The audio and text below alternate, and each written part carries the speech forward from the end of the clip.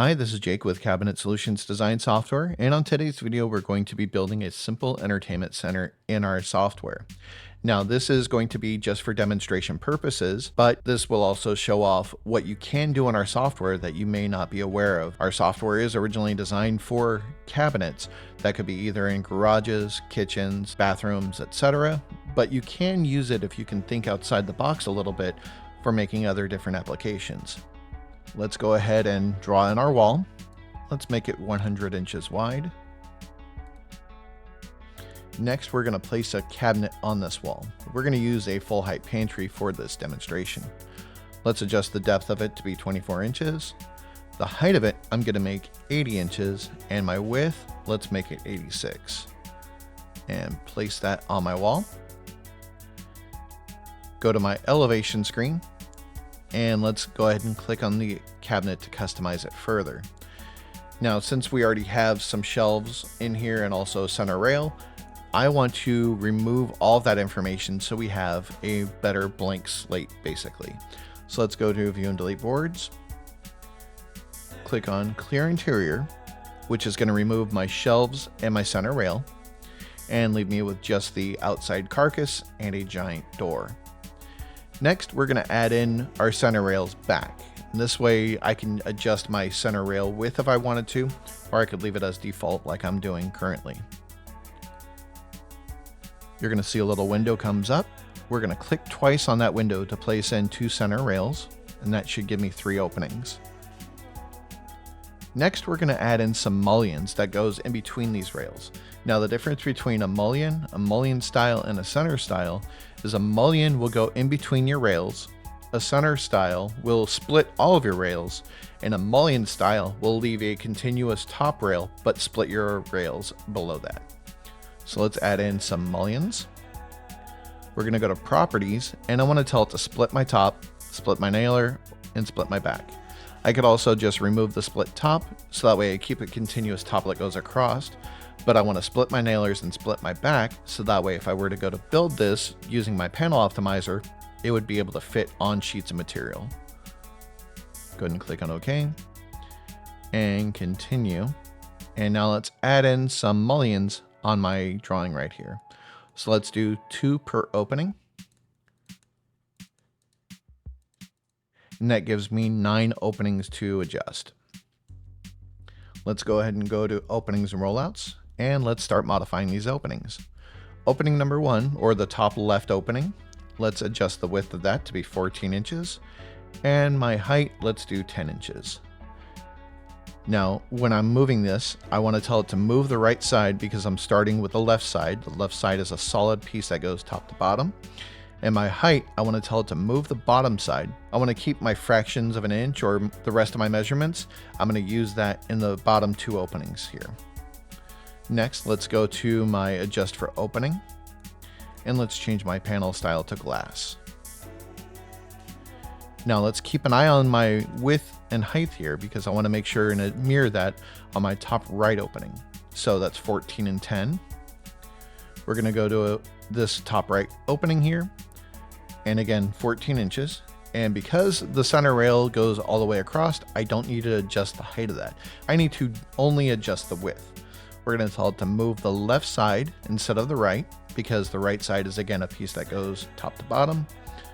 Go to Adjust for Opening and change that panel style to glass. And OK. And now this opening number 4, or this top middle opening here, we can click on that. And we can go to Door Pair and go to Adjust for Opening and change that panel style to glass as well. And click on OK. Now we can start modifying these middle sections here. Let's go to opening number 2. Let's adjust that width to, let's say, 14. Let's go ahead and tell it to move the right side because we're starting on the left. And let's adjust the height of that to be, say, 48 inches and move the bottom side. We're going to go to Appliance Opening and let's add a speaker to this opening. Now, again, you want to make sure, remember the width and height, because we're going to do the same for opening number 7 over here. We're going to tell that to be 14 and move the left side. Go to appliance opening and go to speaker. That looks good, but it doesn't give me a lot of room for my bottom openings. So let's adjust my bottom when I get there. Let's go to opening number 5 and let's go to appliance opening and put a TV in there.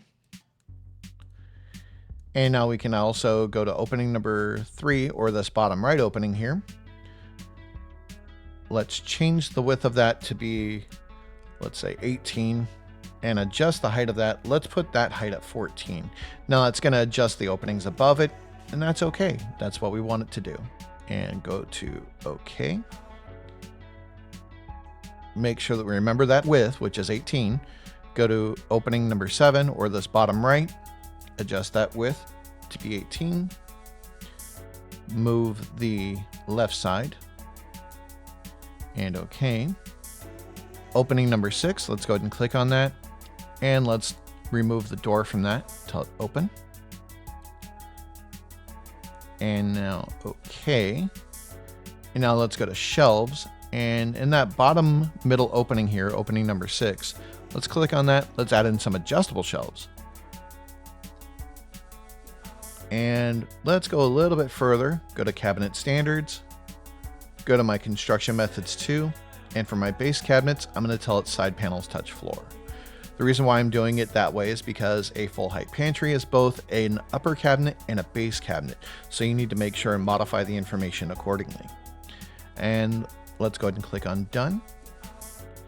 Let's go to display doors to see what it looks like in our elevation screen. And now we can actually go and take a look at this in our 3D and see how it's going to look for our customer. Click on take a 3D tour.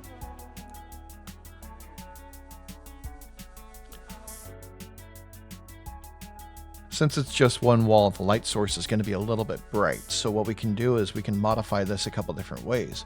Let's go to lighting and turn down our light. Make it a little bit darker. We could also go to settings and tell it to use environmental colors. And that's going to use colors from the wall and everything else around it to kind of darken things up a little bit. If I use environmental colors, it's going to brighten it back up. But let's turn it on for the sake of this to give it more of a realistic look.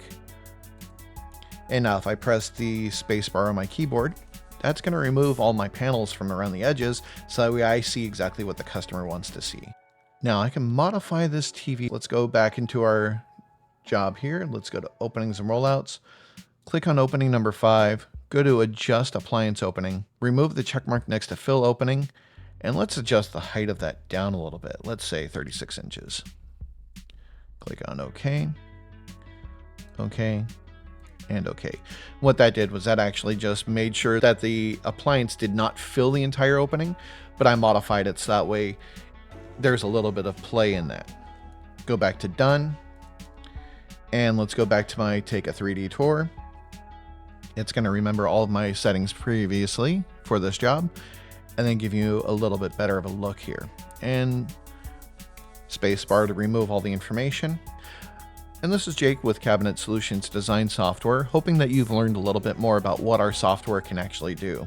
And again, this is just a demonstration. This is something that you can play with however you want to get the look and feel that you actually want for your customers. This is Jake with Cabinet Solutions again, and if you have any questions, please feel free to give us a call. The phone number is 209-836-4077.